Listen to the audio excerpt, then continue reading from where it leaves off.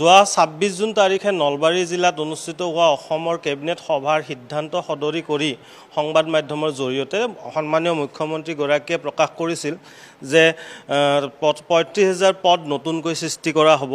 সেই পদসমূহত সৰ্বশিক্ষাত কৰ্মৰত শিক্ষকসকলক আবেদনৰ সুযোগ দিয়া হ'ব আৰু যিসকলে সেই চাকৰিসমূহ লাভ কৰিব তেওঁলোকৰ নামত থকা সৰ্বশিক্ষাৰ পদসমূহ বিলুপ্ত কৰি দিয়া হ'ব। যেহেতু আমাৰ নিযুক্তি এবাৰ হৈছে, আমি এবাৰ আবেদন জনাইছোঁ, এবাৰ বিজ্ঞাপন প্ৰকাশ হৈছে, আমাৰ মেৰিট লিষ্ট প্ৰকাশ হৈছে, তাৰে পিছত আজি ১২টা বৰ্ষ কৰ্ম সম্পাদন কৰাৰ পিছত পুনৰ আকৌ বিজ্ঞাপন, পুনৰ আকৌ আবেদন, পুনৰ আকৌ মেৰিট লিষ্ট প্ৰকাশ। আমি উপায়হীন। অসমৰ প্ৰতিজন শিক্ষকৰ মনৰ কথা আমি ৰাইজৰ মাজলৈ লৈ যাব লাগে। আজি শিক্ষক ইয়াত আমাৰ চিন্তন বৈঠক অনুষ্ঠিত হৈছে।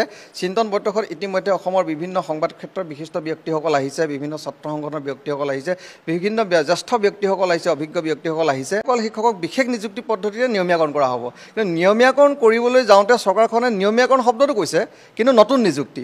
আমি কৈ আছোঁ যে নিয়মীয়াকৰণ আমাক কৰক, আমাক নিয়মীয়াকৰণ লাগে।